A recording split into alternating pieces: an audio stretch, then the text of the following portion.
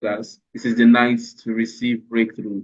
So there's a smarter way to do this. There's a smarter way to do this because you might you might be belong to that category and you might be wondering, okay, so if that's not the way to go about it, if I don't need money to start a business, if I don't need money to build a product, then what am I in business for? How am I even in business?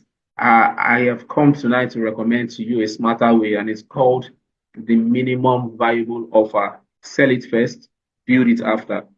The minimum viable offer. Sell it first, build it after. And this is not even about building a prototype, like the MVP. I know that for the most part, we've heard about MVP, minimum viable products, which is also a very important concept. But I looked at the minimum viable products and I said, you know what, we can do better than this. In fact, we are doing better than this.